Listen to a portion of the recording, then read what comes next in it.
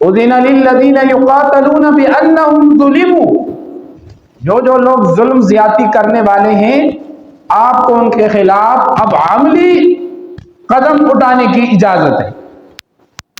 اور اس کے لیے اللہ رب العزت نے ایک راستہ بھی بتا دیا کہ یہ جو مکہ والے ہیں ان کی ساری طاقت ان کی معیشت اور تجارت پر ہے، اور ان کی ساری تجارت شام کے اوپر محیط ہے، اور شام کو جو راستہ جاتا ہے وہ مدینہ کے پڑوس سے گزر کے جاتا ہے، لہذا ان کا راستہ روکو، ان کے راستے بند کر دو، یہ خود بخود کمزور ہو جائیں گے۔ اللہ کے پاک پیغمبر صلی اللہ علیہ وسلم کو پہلی ہجری ہے جب آپ ہجرت کر کے مدینہ آئے، چند ایک مہینے گزرے، آپ نے ریاست کی بنیاد رکھی اور انتظامی امور شروع ہوئے، تو ایک اطلاع آپ کو ملی کہ جی ابو سفیان کا تجارتی قافلہ مکہ سے شام کی طرف جا رہا ہے۔ آپ گئے، پتہ چلا جی چلا گیا، واپس ہوئے، پھر اطلاع ملی کہ جی قافلہ واپس آ رہا ہے، آپ چلے گئے، پتہ چلا قافلہ واپس چلا گیا۔ کچھ عرصہ پھر گزرا، پھر ایک اطلاع ملی کہ ابو سفیان کی قیادت میں مکہ کا تجارتی قافلہ وہ شام جا رہا ہے، اور وہاں تجارت کے لیے، اور ہر ایک نے اس میں سامان بھی دیا ہے۔ بعض روایت کے اندر آتے 40 افراد پر، بعض روایت کے اندر آتے 80 افراد، اور ان میں سے ان کے ساتھ گارڈ پہرے دار بھی موجود تھے۔ اللہ کے پاک پیغمبر صلی اللہ علیہ وسلم صحابہ کے ساتھ بیٹھ کر مشورہ کیا، یہ کیا خیال ہے؟ فرمایا جس طرح آپ فرمائے، آپ نے فرمایا اچھا جی چلو جاتے ہیں، اس قافلے کو راستے میں روکتے ہیں، پکڑتے ہیں، ان کو ڈرائیں گے، دمکائیں گے، تاکہ ان کو تھوڑا بہت احساس ہو جائے کہ اگر ہم مدینے کے اندر کسی مسلمان پر ظلم زیادتی کرتے ہیں یا مکے کے اندر ظلم زیادتی کرتے ہیں تو یہ مسلمان ہمارا تجارتی راستہ روک دے گا۔ آپ نے فرمایا ان کو ڈرانے کے لیے جانا ہے جی، جو تیار ہے تیار ہے، چلو۔ مستقل کوئی اعلان نہیں تھا جہاد کے لیے یا لڑنے کے لیے، فرمایا جی جو تیار ہے جی چلو کھڑے ہو جاؤ، اور جس کی قریب میں کوئی سواری موجود ہے اپنی سواری بھی لے رہے، اگر دور ہو تو کہیں سے منگانے کی ضرورت بھی نہیں، ویسے ہم جا رہے۔ اب جو صحابہ موجود تھے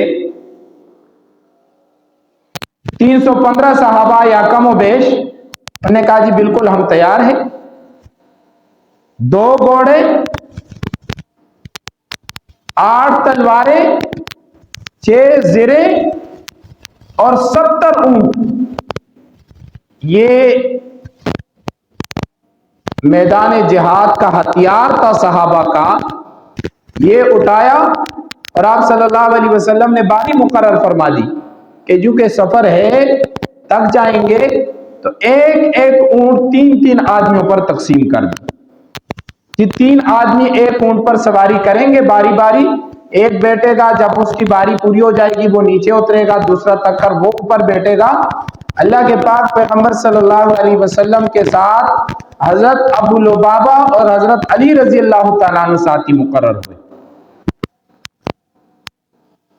حضرت ابو لبابہ رضی اللہ تعالیٰ عنہ فرماتے ہیں ہم نے سوچا چلو اللہ کے پاک پیغمبر کے ہم رکاب ہوئے، ہم آپ کے ساتھی ہیں، ہم چلتے چلتے جس وقت ہماری باری آئے گی تو ہم اللہ کے پاک پیغمبر سے فرمائیں گے جی ہم نہیں بیٹھتے، آپ ہی سواری پر سوار رہیں۔ جب ہم سواری پر سوار ہو کر جا رہے تھے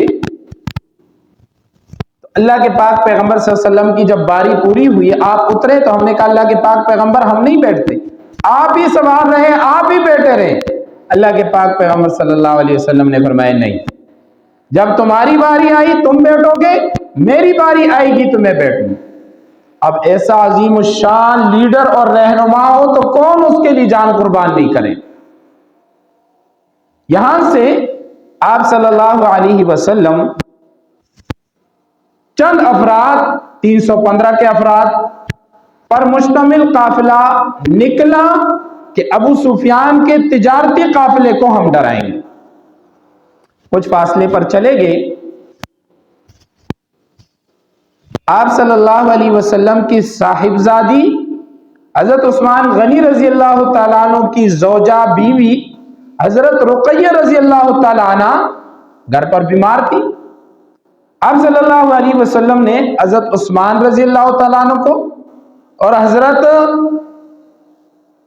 اسامہ رضی اللہ تعالیٰ عنہ کو ان کو واپس بھیج دیا کہ جی تم واپس چلے جاؤ اور تم جا کر وہاں خدمت کرنا، میری بیٹی کی خدمت کرنا، یہی تمہاری شرکت ہے جنگ بدر کے اندر. اس لیے جنگ بدر کے اندر یہ صحابی شریک نہیں تھے، لیکن ان کو مال غنیمت میں سے حصہ ملا کیونکہ یہ اللہ کے پاک پیغمبر کے حکم سے واپس آئے تھے. تو میں اللہ کے پاک پیغمبر صلی اللہ علیہ وسلم دو یہ صحابی واپس ہو گئے. ایک مقام پر آپ صلی اللہ علیہ وسلم نے ایک صحابی سے پوچھا ذرا گنتی کرو کتنے افراد ہیں.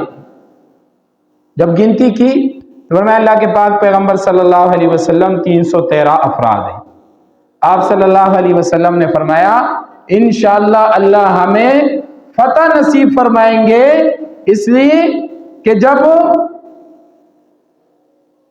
جالوت کے مقابلے میں طالوت اپنا لشکر لے کر گیا تھا بنی اسرائیل کا، تو اس وقت بھی 313 افراد تھے اور مقابلے میں کئی سارے افراد تھے.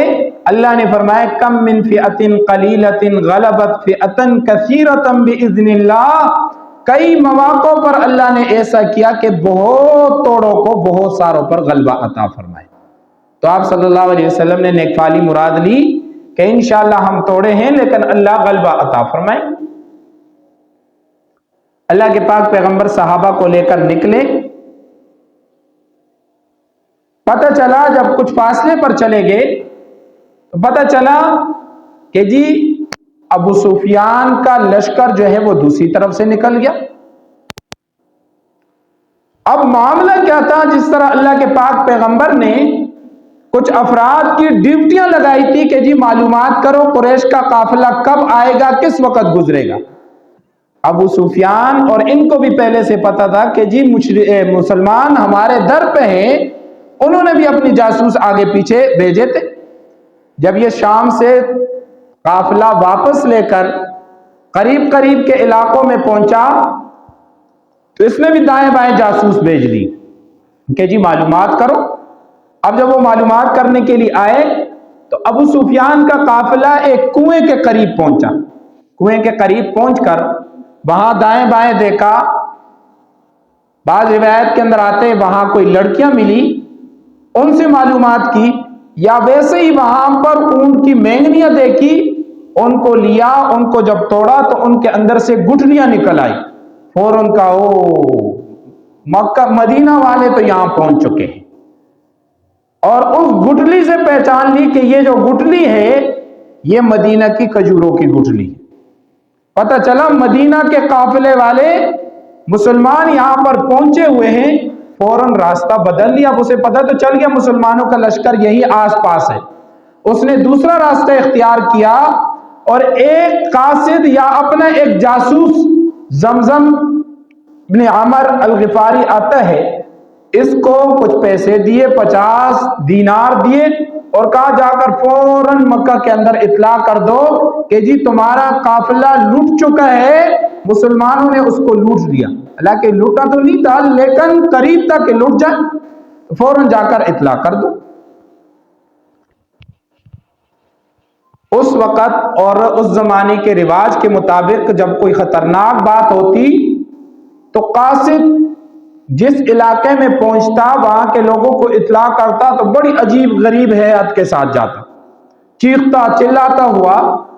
اب اس نے کیا کیا، اپنی سواری لی اور اپنی سواری کی کان کاٹے اور اپنے کپڑوں کو چیرا اور چیختا چلاتا ہوا، بعض روایت کے اندر آتا ہے کہ اس نے اپنی شلوار قمیص اتار دی اور سر کے اوپر یوں ہلاتا ہوا جا رہا تھا مکے کے اندر. اب جب یہ حالت مکے والوں نے دیکھی تو ہلچل مچ گئی کہ جی انتہائی زیادہ خطرہ ہے، لہذا سارے کے سارے تیار ہو جاؤ. اب سارے کے سارے تیار ہو گئے کہ جی ہمارے قافلے پر. اور عجیب بات یہ تھی کہ ہر گھر سے کسی نہ کسی درجے میں انہوں نے اس تجارت میں اپنا حصہ ملایا، اپنا حصہ ڈالا ہوا تھا۔ تو ہر ایک تیار ہو گیا لڑنے کے لیے۔ امیہ بن خلف جو بڑا شرارتی قسم کا انسان تھا، بڑا تیز ترار چالاک قسم کا تھا، حضرت سعد رضی اللہ تعالیٰ عنہ جب ہجرت کر کے مدینہ تشریف لائے تو پھر کسی موقع پر جب مکہ چلے گئے تو وہاں پر امیہ کے پاس چلے گئے۔ امیہ ان کا دوست تھا، دوست ان کے پاس چلے گئے، کہا جی میرے طواف کرنا چاہتا ہوں، عمرہ کرنا چاہتا ہوں۔ اتنے میں ابو جہل آئے، کہا جی اچھا تو نے اس کو پھر یہاں بلا لیا، یہاں رکھ لیا، یہ تو ہمارے دشمن ہے، پہلے تو چلو ہمارے دین میں تھے، اب تو ہمارے دین میں نہیں رہے۔ حضرت سعد رضی اللہ تعالیٰ نے کہا جی تمہارا کون سا دین، کیا چیز ہے، یہ میرا پارٹنر ہے، اس کی منڈیاں وہاں پر ہیں، میری منڈیاں یہاں پر ہیں، آپس میں ہم تجارت کرتے ہیں۔ تو امیہ بن خلف کہنے لگا خاموش رہے خاموش رہے، یہ ابو جہل ہمارا سردار ہے، اس کے سامنے اونچی آواز سے بات نہیں کرنا۔ بہرحال تھوڑی بہت گفتگو تکرار ہوئی تو پھر وہی بات ہے کہ جی پارٹنر یا اس قسم کے تھے، تو انہوں نے چھوڑ دیا حضرت سعد کو۔ حضرت سعد نے فرمایا امیہ میں جس نبی پر ایمان لایا ہوں اس نبی کا فرمان یہ ہے کہ امیہ کو میں اپنے ہاتھوں سے قتل کروں، میری بات یاد رکھنا، دوست تھے، بہرحال دین اپنا اپنا۔ کہا امیہ میں جس نبی پر ایمان لایا ہوں اس نبی نے فرمایا ہے کہ امیہ کو میں اپنے ہاتھوں سے قتل کروں۔ اب جب مکہ کے اندر اعلان ہو گیا کہ جی ہمارا قافلہ لٹ گیا اور سارے کے سارے نکل کڑے، تو سارے کے سارے مشرکین تیار ہو گیا، ابو جہل سارے آس پاس سارے تیار ہو گئے۔ امیہ کے پاس آئے، سردار مالدار تھا۔ ابو جہل نے کہا ہاں کیا حال ہے، جانا ہے جنگ کے لیے؟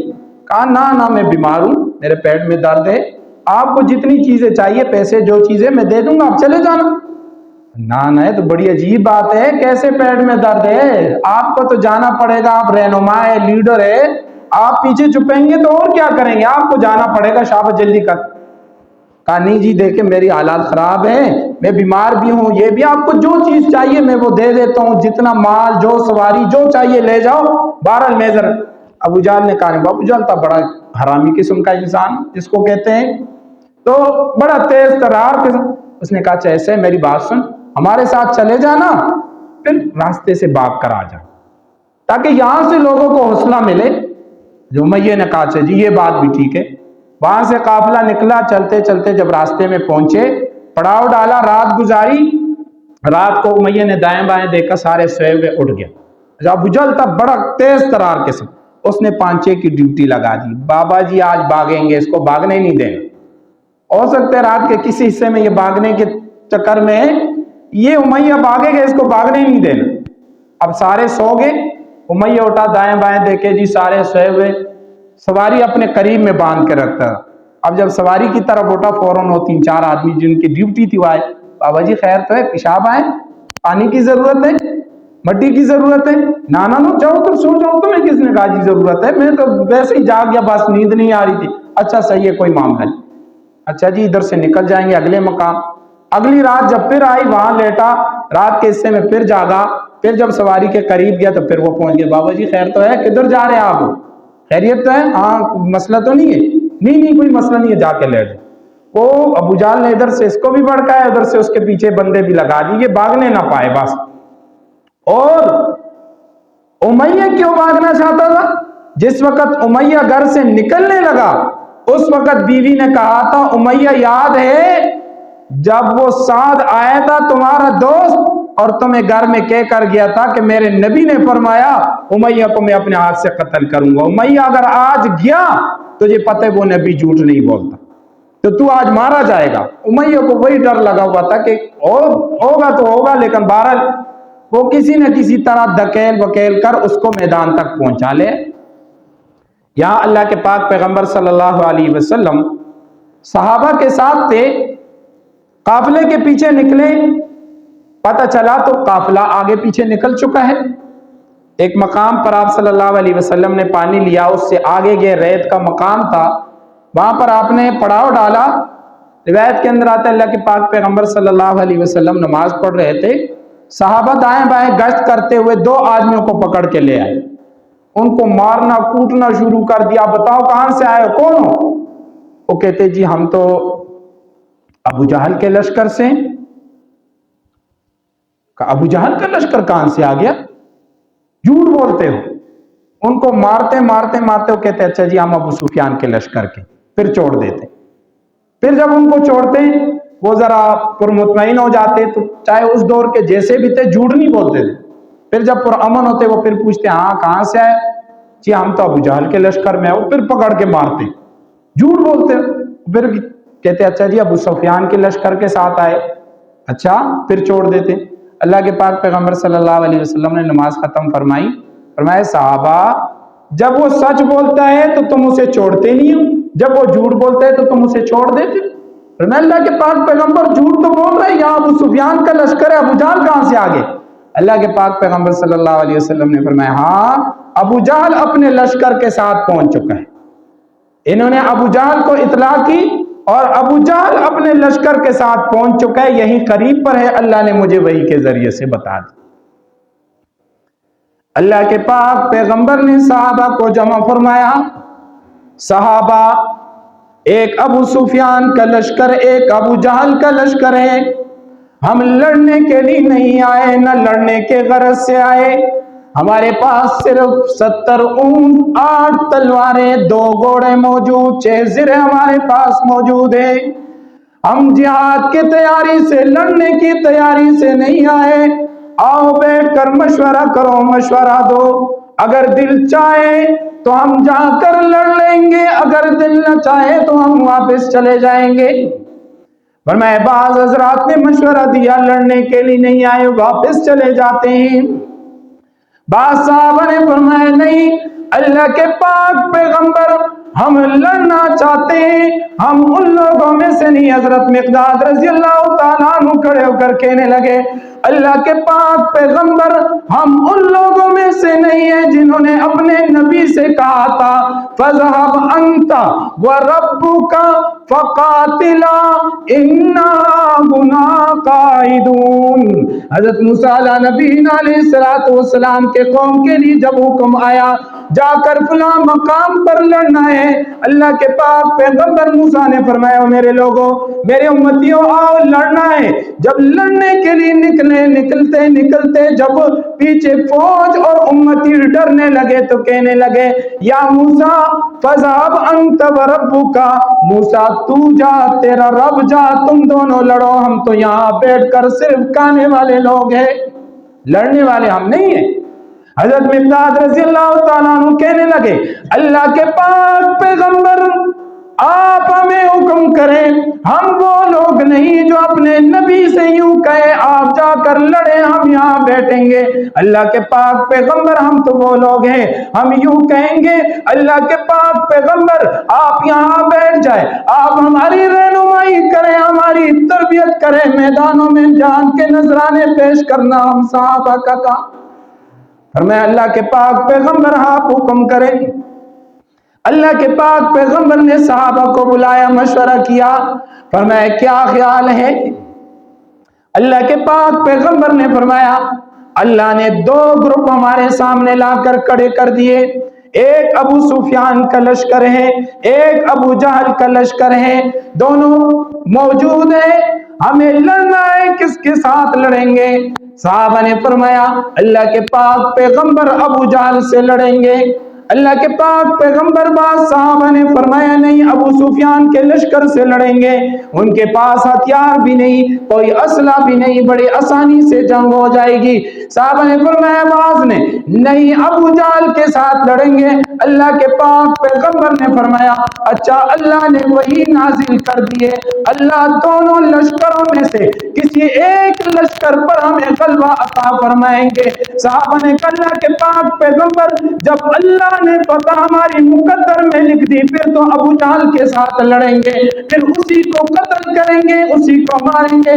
اللہ کے پاک پیغمبر کھڑے ہو کر اعلان کر رہے ہیں، جی صحابہ آپ تیار؟ ابو بکر صدیق رضی اللہ تعالیٰ عنہ کھڑے ہو کر کہنے لگے اللہ کے پاک پیغمبر ہم تیار ہیں۔ آپ نے پھر اعلان فرمایا، حضرت عمر رضی اللہ تعالیٰ عنہ کھڑے ہوئے، فرمایا اللہ کے پاک پیغمبر ہم تیار ہیں۔ آپ نے تیسری مرتبہ پھر اعلان فرمایا، آپ نے تیسری مرتبہ اعلان فرمایا۔ انصار میں سے حضرت سعد بن معاذ کھڑے ہوئے، فرمایا اللہ کے پاک پیغمبر ہم تو اپنے آپ کو مہاجرین میں سے سمجھتے تھے، یعنی مہاجرین نے جو جواب کہہ دیا ہمارا بھی وہ جواب۔ ابو بکر نے کہہ دیا ہم تیار، اللہ کے پاک پیغمبر ہم بھی تیار۔ عمر نے کہہ دیا ہم تیار، اللہ کے پاک پیغمبر ہم بھی تیار۔ لیکن اللہ کے پاک پیغمبر یوں لگتا ہے کہ آپ ہم انصار سے پوچھنا چاہتے ہیں کہ انصار کی کیا رائے ہے۔ اللہ کے پاک پیغمبر نے فرمایا ہاں میرے انصار، چونکہ میں جب مکہ سے ہجرت کر کے مدینہ آیا، عقبہ کے مقام پر انصار نے مجھ سے وعدہ کیا، تو مجھ سے یہ وعدہ کیا تھا اللہ کے پاک پیغمبر مدینے کے اندر جو بھی مشکل آپ پر آئے گی ہم آپ کے ساتھ ہیں۔ وہ مدینے کے اندر کا وعدہ تھا، مدینے کے باہر کا نہیں تھا۔ ہم تو مدینہ سے باہر نکل کے آئے، اب پتہ نہیں آپ لوگوں کی کیا رائے ہوگی۔ حضرت سعد رضی اللہ تعالیٰ عنہ کھڑے ہو کر کہنے لگے اللہ کے پاک پیغمبر ہم آپ پر ایمان لائے، آپ کے ہاتھ پر بیعت کی ہے، ہم نے آپ کو حق اور سچ جانا ہے۔ اللہ کے پاک پیغمبر اگر آپ ہمیں کہیں دریاؤں کے اندر گھوڑے ڈال دو، اللہ کی قسم سعد نہ نہیں کرے گا۔ اگر آپ ہمیں کہہ دے برق الغماد حبشہ کے علاقے کے پہاڑیوں کے نام ہیں، اللہ کے پاک پیغمبر اگر آپ اس پہاڑی کا اعلان کر دے سعد کبھی پیچھے نہیں ہٹے گا۔ سعد کا چھوٹا بھی حاضر ہے، سعد کا بڑا بھی حاضر ہے۔ اللہ کے پاک پیغمبر آپ جس طرف رخ کریں گے ہم آپ کے ساتھ ہوں گے، آپ صرف حکم فرمائیے پھر دیکھتے جائیے۔ اللہ کے پاک پیغمبر نے حضرت سعد کا جواب سنا، آپ کے چہرے پہ مسکراہٹ پیدا ہو گئی، فرمایا ہاں سعد اب ہم لڑیں گے اور ابو جہل کے قافلے کے ساتھ لڑنا ہے۔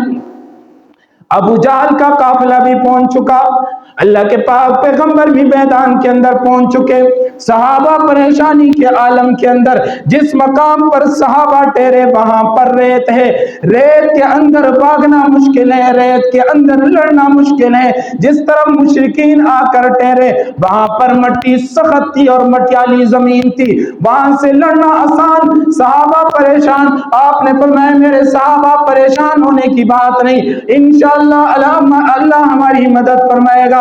فرمایا صحابہ کچھ پہرے پر لگ گئے، کچھ خدمت پر لگ گئے، کچھ رات کو سو گئے۔ اللہ کے پاک پیغمبر کے لیے چبوترا بنایا گیا، آپ چبوترے کے اندر رہ کر ساری رات نماز میں کھڑے ہو کر اللہ سے دعا کرتے رہے۔ جب صبح قریب ہوئی اللہ کے پاک پیغمبر نے اپنے ہاتھ اٹھائے، اللہ کی طرف التجا کی، مولا کریم یہ چند لوگ روئے زمین کے اوپر، یہ 313 تیرے بندے ہیں، یا اللہ اگر آج یہ نہ رہے تو تیرا دین بھی نہیں بچے گا۔ اور میں اللہ کے پاک پیغمبر روتے ہوئے دعا کر رہے ہیں، صحابہ کوئی سو رہا ہے، اللہ کے پاک پیغمبر اللہ کی طرف سے مدد آئے گی۔ اللہ کے پاک پیغمبر نے میدان جنگ کے اندر صفیں سیدھی کرنا شروع کر دی، مشرکین بھی آگے، اللہ کی طرف سے پہلی مدد نازل ہوئی۔ فرمایا اذ تستغیثون ربکم، اللہ کی طرف سے پہلی مدد نازل ہوئی۔ فرمایا اللہ نے ینزل علیکم من السماء، اللہ نے آسمان سے پانی اتار دیا، بارش اتر آئی۔ فرمایا وہ ریت زمین سخت ہو گئی، بارش کے بعد ریت میں لڑنا آسان، ریت میں دوڑنا مشکل۔ فرمایا بارش کے بعد مٹی والی زمین پر چلنا مشکل، لڑنا مشکل۔ فرمایا اللہ نے مدد فرما دی، بارش ہو گئی۔ اللہ کے پاک پیغمبر صحابہ کے درمیان موجود، آپ صفے سیدھے فرما رہے ہیں، سیدھے کرتے کرتے ایک صحابی ہے حضرت زاہیہ رضی اللہ تعالیٰ عنہ، وہ ذرا موٹے، آگے کی طرف پیٹ نکلا ہوا، آپ نے انگلی سے یوں چونک ماری، فرمایا صحابی پیچھے ہو جا۔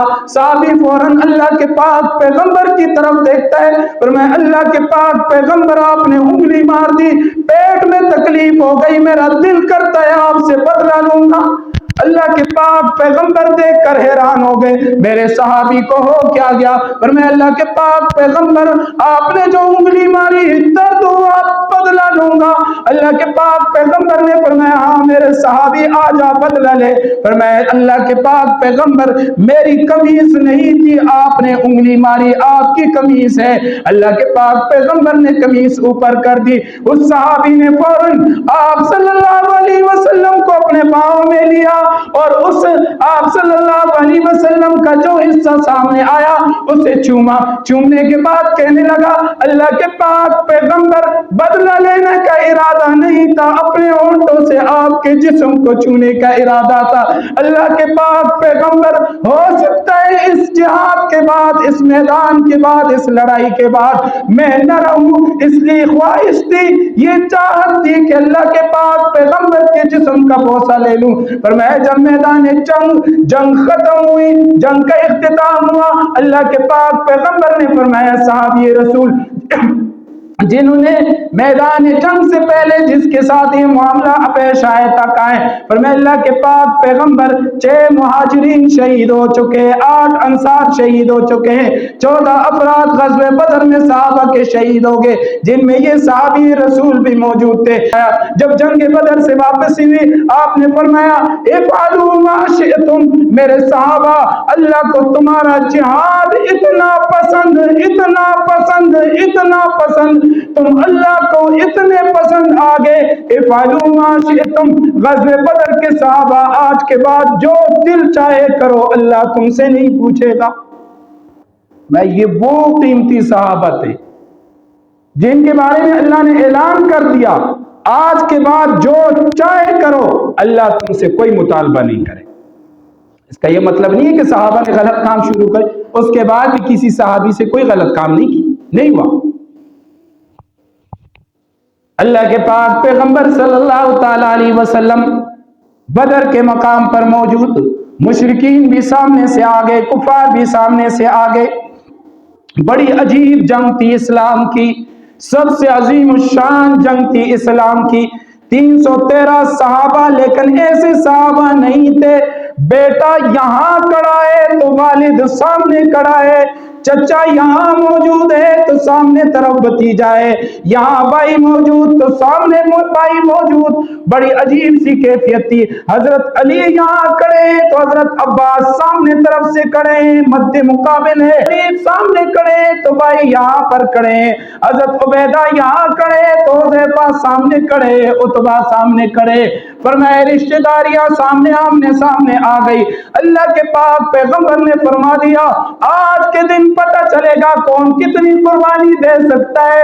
آمنے سامنے والد کھڑے ہیں، بیٹا کھڑا ہے، لیکن دین کے خاطر کوئی والد نہیں۔ حضرت ابوبکر صدیق رضی اللہ تعالیٰ عنہ جب جنگ سے واپس آئے، والد بعد میں ایمان لے آئے، حضرت قحافہ والد تھے، کہنے لگے بیٹا ابوبکر جنگ کے دوران ایک مقام ایسا آیا کہ تم میرے سامنے تھے، میرے ہاتھ میں تلوار تھی اور میرے دل نے چاہا، لیکن یہ خیال دل میں آیا ابوبکر میرا بیٹا ہے، میں نے تلوار واپس کر دی۔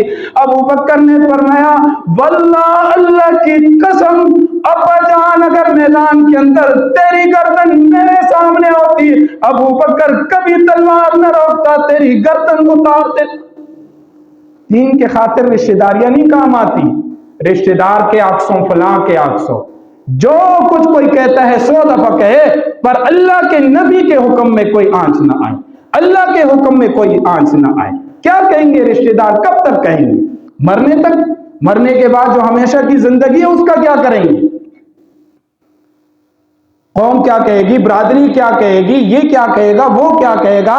ساروں کا ایک ہی حل ہے، بتاؤ جو اللہ نے کہا، اللہ کے نبی نے کہا، بس۔ جو کوئی کچھ کہتا ہے کہنے کے لیے پتہ ہے جب کہنے پہ آ جائیں گے نا تو کہنے کے لیے اللہ لوگوں نے اللہ کو بھی نہیں چھوڑا، اللہ پر بھی اعتراضات۔ بہت بڑا طبقہ ایسا ہے یونیورسٹیز کالج کے اندر آج بھی دہریہ بنتا جا رہا ہے، جن کے ہاں کوئی عقیدہ کچھ نہیں، اللہ کیا ہے کوئی نہیں، بس نظام میں چل رہا ہے۔ تو صحابہ ایسا عظیم الشان معرکہ، مشرکین کفار کی طرف سے عتبہ آیا، ولید آیا، مقابلے کے لیے آ کر سامنے کھڑے ہو گئے۔ اللہ کے پاک پیغمبر نے فرمائے نکلو، 3 انصار صحابہ نکلے،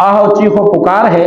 بہرحال اگر ایمان مضبوط ہو، عقیدہ مضبوط ہو، اللہ پر بھروسہ ہو تو انشاءاللہ اللہ انہی توڑوں کو فتح نصیب فرمائیں گے.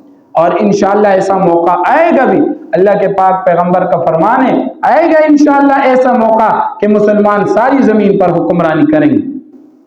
بہرحال یہ کہ اس کے لیے قربانی دین کے معاملے میں کوئی مذاکرات کچھ نہیں.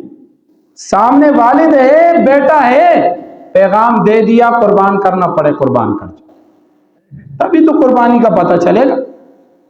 تو آج آپ سے یا ہم مسلمانوں میں سے کسی سے یہ مطالبہ نہیں ہے کہ جی آپ نے کسی کو قتل کر دو یا کسی کے سامنے کھڑے، صرف اتنا سا کیا ہے مطالبہ ہے کہ اگر دین کے راستے میں کوئی گھر والے رکاوٹ آ کر ناراض ہوتے ہیں تو 100 دفعہ ناراض ہو جائے.